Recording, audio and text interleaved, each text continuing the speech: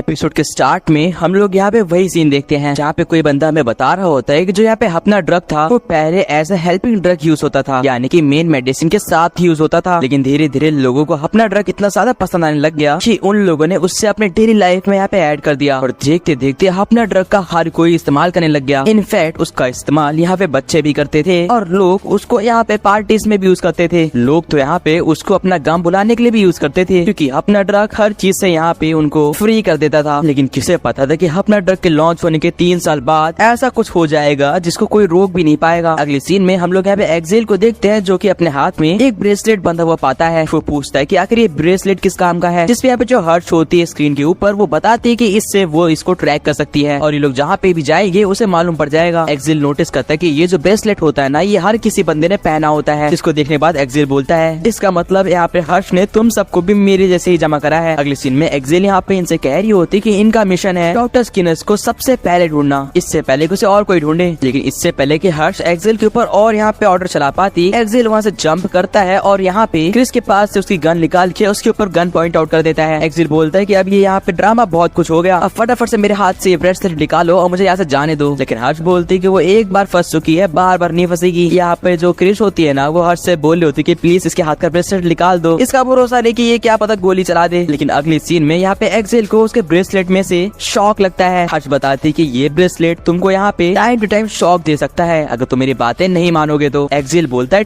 ठीक है मैं समझ गया, वैसे भी मैं भी यहाँ पे इंटरेस्टेड हूँ इस डॉक्टर स्किनर्स के बारे में जानने में। हर्ष बोलती है कि कमाल है, अब फाइनली हमारी ये टीम रेडी होगी डॉक्टर स्किनर्स को ढूंढने के लिए। अगले सीन में हम लोग यहाँ पे प्रेसिडेंट को देखते हैं जो कि सबको जवाब दे रहा होता है कि कैसे उनको बिल्कुल भी नहीं पता था कि अपना ड्रग इतना यहाँ पे डेंजरस हो सकता है। इसके बावजूद सारी पब्लिक यहाँ पे इन्हीं को यहाँ पे दोष ठहरा रही थी। अगले सीन में हम लोग देखते हैं कि जहाँ पे डॉक्टर स्किनर्स रहते थे ना वहाँ पे ये सारी मीडिया पहुँच गई थी। एक्चुअली में वहाँ पे डॉक्टर स्किनर्स का यहाँ पे गार्डनर बचा था और ये सारी मीडिया उसके यहाँ पे गार्डनर से पूछ रही होती है कि डॉक्टर स्किनर्स आखिरी में क्या चाहते थे। ये गार्डनर बोल रहा होता है मैं तो यहाँ पे सिर्फ पेड़ की सेवा करने आता था, मेरा उनसे ज्यादा बोलचाल नहीं था, लेकिन हाँ एक बार उन्होंने मेरे को एक मरी हुई कैट को दफन करने के लिए दिया था। जो कि सुन के सारे रिपोर्टर्स बोलते हैं क्या कहा, एक मरी हुई कैट, हमें और बताओ। इस पे ये बताता है कि एक्चुअली में वो कैट का नाम यहाँ पे मोमिट था और वो काफी क्यूट कैट थी, लेकिन डरने की बात नहीं है, उसको एक नेचुरल डेथ मिली थी। जो कि सुन के सारे रिपोर्टर्स काफी यहाँ पे निराश होते हैं क्योंकि इनको तो मसाला चाहिए था ना भाई। फिलहाल अगले दिन में हम लोग एक रिपोर्टर को देखते हैं जो कि यहाँ पे सुपरस्टार से बोल रहा होता है कि आपका एक नया गाना आने वाला था ना अगले महीने, लेकिन अफसोस की बात है आपकी गाना सुनने से पहले ही सब लोग मारे जाएंगे। इसके अगले सीन में सुपरस्टार बोलती है फिक्र मत करो, मरने के बाद वो तुम्हारा भी यहाँ पे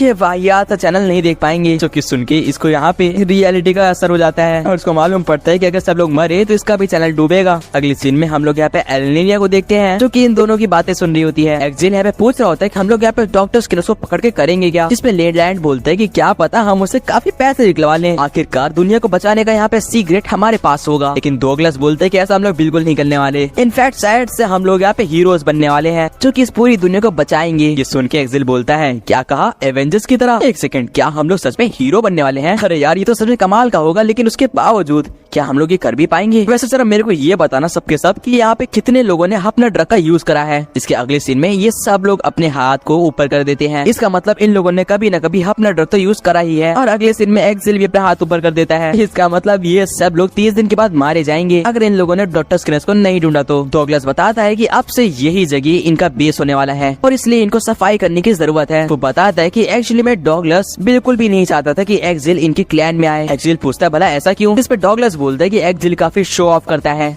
और वो अपनी यहाँ पे झंझट नहीं बढ़ाना चाहता था। फिलहाल एक्सेल और डॉगलस अब वहाँ से बाहर आ जाते हैं और एक्सेल बोलते हैं कि हमारा ये बेस तो काफी खटारा सा है, हीरोज का बेस तो काफी औसम होना चाहिए। अगले सीन में एक्सेल यहाँ पे नीचे एक रॉक उठाता है और वो पत्थर को यहाँ पे अपने बेस पे मारता है, लेकिन ये क्या, इनका जो बेस होता है ना वो एक इनविजिबल शील्ड से यहाँ पे प्रोटेक्टेड होता है। डॉगलस बोलता है कि यहाँ पे अगर तुम अपना हाथ स्कैन करोगे तो अपना सीक्रेट बेस सामने आ जाएगा। जिसके अगले सीन में यहाँ पे एक्सेल उस स्कैनर के पास अपना हाथ ले जाता है और ऐसा करते ही वो यहाँ पे खटारा जगह बिल्कुल सही ओपन हो जाती है और हम लोग देखते हैं कि इसके अंदर इनकी 2 काफी एडवांस कांच खड़ी है। जरूरत पड़ने पे ये लोग तुरंत ही यहाँ से रवाना हो सकते हैं। एक्सेल बोलता है कि जरा मुझे ये बताओ कि तुम लोगों ने मुझे कब रजिस्टर करा। अगले सीन में हम लोग देखते हैं कि ये सब लोग डॉक्टर स्किनर्स की यहाँ पे सारी इन्फॉर्मेशन निकाल रहे थे कि वो कहाँ पे पढ़ता था, उसने क्या कैटेगरीज करी है, वो क्या करता था। डगलस बताता है कि वो यहाँ पे तेल एलविल में गया था जब वो 16 साल का था। 20 साल की उम्र में उसने अपनी ग्रेजुएशन पूरी करी, जो कि काफी अमेजिंग जगह है। और उसके बाद भी वो काफी ज्यादा यहाँ पे जीनियस कहलाता था। लोग तो ये भी कहते थे कि यहाँ पे वो सेकंड आइंस्टाइन है। अब यहाँ पे क्रिस लेलैंड से पूछती है कि क्या इसके बारे में कुछ भी यहाँ पे गलत चीज नहीं फैलाई गई, यानी कि इसका कोई तो बैड साइड होगा। डगलस बोलता है कि जितनी इन्फॉर्मेशन उनको मिली है उसमें कभी भी यहाँ पे डॉक्टर स्किनर्स ने कुछ भी बुरा काम नहीं करा। इनफैक्ट कुछ टाइम के बाद डॉक्टर स्किनर्स एक जाने माने साइंटिस्ट बन गए और उनके लोग काफी कदर करते थे। फिलहाल अगले सीन में यहाँ पे हर्ष बोलती है कि उसको कुछ दिखाना है। वो बताते हैं कि उसके पास एक यहाँ पे वीडियो है जहाँ पे डॉक्टर स्किनर्स यहाँ पे कुछ बता रहे हैं। हम लोग जिसके बाद एक वीडियो देखते हैं जहाँ पे डॉक्टर स्किनर्स पूरे वर्ल्ड के बड़े बड़े गवर्नमेंट के लोगों को ये बता रहे होते हैं कि आने वाले 3 सालों के बाद एक बहुत ही बड़ा आइस क्रिस्टल टूटने वाला है जो कि इस पृथ्वी को पूरी तरह से तबाह कर देगा। हम लोग देखते हैं कि यहाँ पे काफी ज्यादा लोग आए होते हैं। इनफैक्ट हम लोग यहाँ पे 2 इंडियंस को भी देखते हैं, लेकिन डॉक्टर स्किनर्स की बात सुन के इन सबको वो बकवास लगता है और धीरे धीरे करके वहाँ से सब लोग उठ के जाने लग जाते हैं। डॉक्टर स्किनर्स उन सबको मनाने की अपनी पूरी ट्राई करते हैं, लेकिन कोई भी बंदा उनकी बात नहीं मानता। तभी लेलैंड बोलता है कि उसको थोड़ी चीजें मिली है यहाँ पे डॉक्टर स्किनर्स के बारे में, जो कि यहाँ पे ऑनलाइन नेटवर्क पे यहाँ पे मौजूद है, जिसमें से एक पोस्ट बता रही होती कि यहाँ पे एक बार तो डॉक्टर स्किनर्स ने अपनी यहाँ पे जो सीट थी वो एक बूढ़े को दे दी थी। अगले सीन में हम लोग देखते हैं जहाँ पे डॉक्टर स्किनर्स ने एक यहाँ पे गरीब इंसान की मदद करी थी। क्रिस बोल रही होती है कि इसको देख के लगता है कि ये तो बिल्कुल ही एकदम ऐसा बंदा है जिसने पूरी जिंदगी में कुछ गलत करा ही ना हो। और एक्सेल बोल रहा होता है हाँ हाँ सही कहा, ये बंदा तो पूरा दूध का धुला हुआ लगता है। इस पे हर्ष बोलती है इसका मतलब हमें कोई भी ऐसी सबूत नहीं मिले जिससे हम उसके बारे में कुछ पता लगा सके। लेकिन तभी एलेनिया जो होती है वो बोलती है कि उसे कुछ तो मिला है जिससे वो लोग पता लगा सकते हैं कि इस टाइम डॉक्टर स्किनर्स कहाँ पे होंगे। ठीक उसके अगले सीन में हम लोग इनका सीक्रेट बेस का ओपनिंग देखते हैं। इस बड़ी सी बिल्डिंग को खुलते हुए देख के तो ये बेचारी बिल्ली भी काफी ज्यादा शौक थी। हम लोग देखते हैं कि वहाँ से ये लोग अपनी 2 काफी ज्यादा एडवांस कार्स को लेकर रवाना हो जाते हैं। हम लोग अगली सीन में देखते हैं कि एक पुलिस ऑफिसर एक बंदे को डांट रहा होता है काफी अजीब तरीके से कार चलाने के लिए, लेकिन तभी वहाँ पे एक्सेल और बाकी सब अपनी कार्स लेके आते हैं और वो तो उसे और डेंजरसली ड्राइव कर रहे थे, जिसको देख के इस पुलिस वाले की भी ऐसे की तैसे हो जाती है। वो सोचता है कि ऐसे ड्राइव कौन कर सकता है। हम लोग देखते हैं कि एक कार में यहाँ पे क्रिस ड्राइव कर रही होती है और उसके बगल में एक्सेल बैठा होता है और इन सबको यहाँ पे एलेनिया बता रही होती है कि 8 साल पहले यहाँ पे डॉक्टर स्किनर्स ने एक न्यूक्लियर प्लांट को ज्वाइन करा था और वो चाहे तो वो आराम से वो बंदा वहाँ पे छुप के रह सकता है, क्योंकि न्यूक्लियर प्लांट्स जो होते हैं वो एक्चुअली में यहाँ पे अंडरग्राउंड होते हैं और काफी ऐसे जगह पे होते हैं जहाँ पे लोग ना हो। अगली सीन में हम लोग देखते हैं कि एलेनिया ने अपना सबसे ज्यादा एडवांस कंप्यूटर निकाल लिया था और हर्ष यहाँ पे एलेनिया से बोलती है डॉक्टर स्किनर्स को ढूंढने के लिए। एलेनिया बोलती है कि वो अपना पूरा ट्राई करने वाली है कि वो डॉक्टर स्किनर्स को ढूंढ पाए। एक्चुअली में एलेनिया इस पूरे वर्ल्ड के सारे कैमरास को स्कैन कर रही होती है ये देखने के लिए कि यहाँ पे कोई भी बंदा है जो कि डॉक्टर स्किनर्स से मिलता वो उसे मिल जाए। फिलहाल क्रिस यहाँ पे एक्सेल से पूछती है एक बात बताना, तुम प्रिजन में थे ना, अगर हाँ तो तुम्हारी कितने साल की जेल थी। इसमें एक्सेल बोलता है कि हाँ तुमने सही पकड़ा, मैं प्रिजन में था और मेरी 888 ईयर्स की जेल हुई थी मुझे। ये सुनते ही क्रिस यहाँ पे गाड़ी रोकती है और उसके ऊपर गन तान देती है। वो बोलती कि तुम तो मर्डरर हो,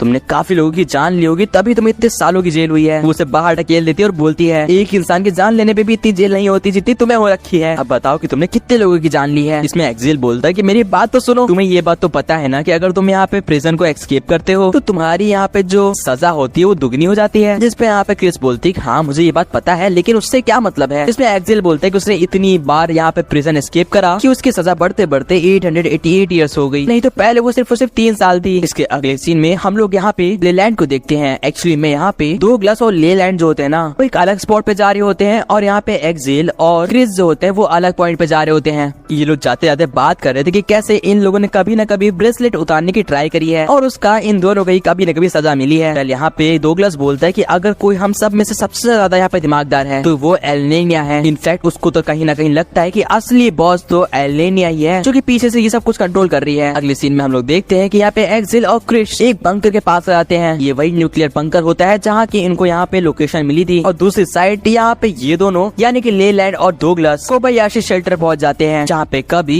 डॉक्टर स्किनर्स रहा करते थे। हम लोग यहाँ पे एक्सेल और क्रिस को उस बंकर के अंदर एंटर करते हुए देखते हैं। इन दोनों के हाथ में ही गन्स होती हैं और ये दोनों ही अलर्ट होते हैं। एक्सेल ये देख के शॉक था कि यहाँ पे ऑटोमेटिक पावर आ रही है जो कि काफी एडवांस टेक्नोलॉजी है। On the other side Douglas और लेलैंड यहाँ पे इस घर के अंदर आ चुके थे डॉक्टर स्किनर्स को ढूंढने की तलाश में। उनको दिखता है कि यहाँ पे तो काफी ढेर सारे कंप्यूटर्स रखे हुए हैं और ऐसा लगता है कि यहाँ पे काफी ज्यादा रिसर्च हुई है। वो लोग यहाँ पे इन कंप्यूटर्स को और करने की ट्राई करते हैं ताकि वो लोग कुछ पता लगा सकें। ऑन द अदर साइड यहाँ पे एक्सेल और क्रिस आगे बढ़ते हैं जहाँ पे उनको थोड़ी बहुत आवाज सुनाई देती है। जैसे ही वो लोग यहाँ पे आगे बढ़ते हैं तो उनको एक बंदा यहाँ पे कुर्सी पे बैठा हुआ दिखता है। ऑन द अदर साइड यहाँ पे हम लोग लेलैंड को देखते हैं जो कि बोर्ड के साइड जा ही रहा होता है। अभी उसके ऊपर एक बंदा गन तान देता है। वो उससे अपना मुंह बंद रखने के लिए कहता है, नहीं तो वो शूट कर देगा। ऑन द अदर साइड हम लोग यहाँ पे उस चेयर पे बैठे हुए बंदे के पास में अपना ड्रग को गिरे हुए देखते हैं, जो देखने में तो बिल्कुल यहाँ पे डॉक्टर स्किनर्स की तरह ही लग रहा था। और जैसे ही यहाँ पे एक्सेल इसको उठाने वाला था ये पूछने के लिए कि जिंदा है कि मर गया, तभी वहीं पे सीन शिफ्ट हो जाती है और हम लोग देखते हैं कि यहाँ पे इन दोनों के बीच में काफी बड़ी दिक्कत हो गई है, क्योंकि इस बंदे ने यहाँ पे लेलैंड के सीधा सर पे गन तान दी है। डोगलस बोल रहा होता है, फंसा दिया तूने, अब बताओगे यहाँ पे हो क्या रहा है। जिसपे यहाँ पे ये बंदा बोलता है, अब चलो भी कोबायाशी, तुम्हें काफी ज्यादा टैक्स पे करने हैं। जिसके बाद वो इन दोनों से बोलता है, जल्दी से बता दो कोबायाशी कहाँ पे है, नहीं तो मैं इसका सर उड़ा दूंगा। जिसपे यहाँ पे लेलैंड बोल रहा होता है, माफ करना लेकिन हमें नहीं पता मिस्टर, तुम किसकी बात कर रहे हो। ऑन द अदर साइड हम लोग यहाँ पे इन दोनों को इस बूढ़े इंसान को उठाते हुए देखते हैं, लेकिन तभी इनके ऊपर यहाँ पे तुरंत से फायरिंग स्टार्ट हो जाती है। ऑन द अदर साइड हम लोग यहाँ पे देखते हैं एक और बंदा आ गया है और वो चिल्लाते हुए बोल रहा है, कोबायाशी अपने हाथ ऊपर करो, इससे पहले मैं शूट कर दूं। इस साइड हम लोग देखते हैं कि एक्चुअली में यहाँ पे रशियन टीम होती है और ये बात यहाँ पे क्रिस जो होती है वो एक्सेल को बता रही होती है। ये टीम यहाँ पे फायर करते हुए बोलती है कि जो भी वहाँ पे है उन सबको मार दो, बस देखना कि डॉक्टर ना मारा जाए। क्रिस यहाँ पे एक्सेल से पूछती है, तुम्हें मजा आ रही है ना। इसमें एक्सेल बोलता है कि हाँ उसे मजा आ रही है। वो बोलता है कि उसके पास एक गार्डियन एंजल है जो कि उसको प्रोटेक्ट करती है हर मुसीबत से। उसने यहाँ पे कुछ तो टांगा होता है जिसपे वो यहाँ पे टच करता है और बोलता है, और जब तक वो गार्डियन एंजल उसके साथ है उसको कोई भी नहीं मार सकता। इसके साथ ही वो बंदा यहाँ पे आगे बढ़ जाता है फायर करने के लिए। और ये देख के क्रिस बोलती है, ये बंदा तो पागल है,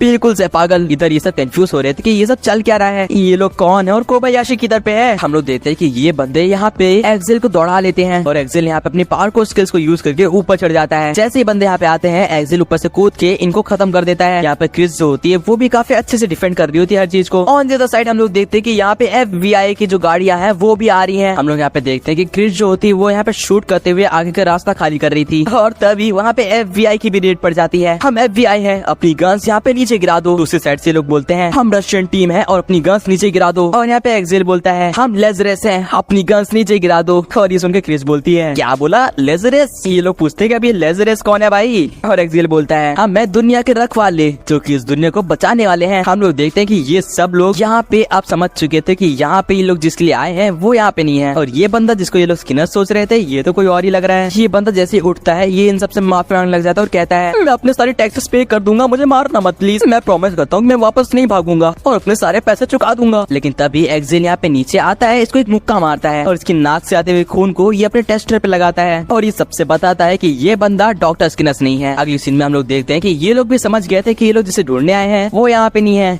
एक्चुअली में ये लोग कोबायाशी को ढूंढने आए थे जिसने यहाँ पे सारे पैसे लेके भाग गया है। वो टैक्स भी नहीं भरता और पैसे भी नहीं देता है। और ये सारी बात है यहाँ पे डॉगलस एक्सेल से बता रहा होता है। ये दोनों ही शेयर कर रहे होते हैं कि इन लोग के साथ क्या हुआ और उन लोग के साथ क्या हुआ। डॉगलस बोलता है कि शायद से यहाँ पे डॉक्टर स्किनर्स को ढूंढना उनकी उम्मीद से ज्यादा मुश्किल होगा। ऑन दी अदर सीन हम लोग इसी बंदे को देखते हैं जिसका नाम एक्चुअली में कोबायाशी होता है। ये बोलता है कि इसने यहाँ पे अपना ड्रग को लिया था क्योंकि ये और ज्यादा नहीं जीना चाहता था, लेकिन उस बेवकूफ को पता ही नहीं था कि अपना ड्रग खाने के बाद नहीं मरते। लेकिन क्या ही दिक्कत है, हो सकता है उसको लाइफ ने नया चांस दिया हो। और यही सोच के वो बंदा खुशी से झूम उठता है। अगले सीन में हम लोग यहाँ पे एलेनिया को देखते हैं जो कि बोल रही होती है कि उसको यहाँ पे डॉक्टर स्किनर से मिल गया। ये सुनते ही यहाँ पे हर्ष काफी ज्यादा शॉक होते हैं और बोलती है, वो कहाँ पे है। तभी एलेनिया बोलती है, एक्चुअली में डॉक्टर स्किनर की तरह दिखने वाले यहाँ पे 1 लाख लोग हैं। और गाइस यहीं पे ये एपिसोड भी एंड हो जाता है। आप लोग को ये एपिसोड कैसा लगा कमेंट में बताना एंड सब्सक्राइब कर दो इसका अगला एपिसोड देखने के लिए। बाकी मैं आपसे मिलता हूँ किसी नेक्स्ट वीडियो में। Till then good bye.